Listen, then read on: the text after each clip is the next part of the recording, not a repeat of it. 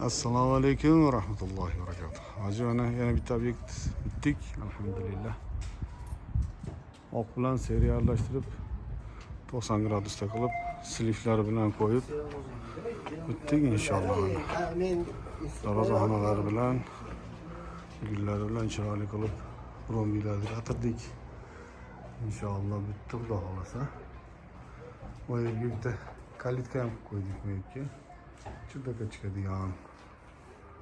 Olasa joyi cho'tki chiqdi. İnşallah zo'r chiqdi mana. Bu yerga turbokop qo'ydik. Olasa bu yerlarda to'sib, qo'shni taraflarda sliflarni tushirib, parapetlarni qilib, tunagan foni bilan eksik qo'ydik. Endi plafonlar ko'p qo'yishsa chiroyli bo'lib qoladi. Katta uyi inshaalloh bitti. Bu yerga ham sliflar ham polni qo'yildi, xudo xolasa. O'ta tanaga o'ta tekis, burchaklar ham cho'tki kelgan. İnşallah. Birasi patsvet tushdi romlariga, eshiklarga. Chiroyli chiqdi, alhamdulillah.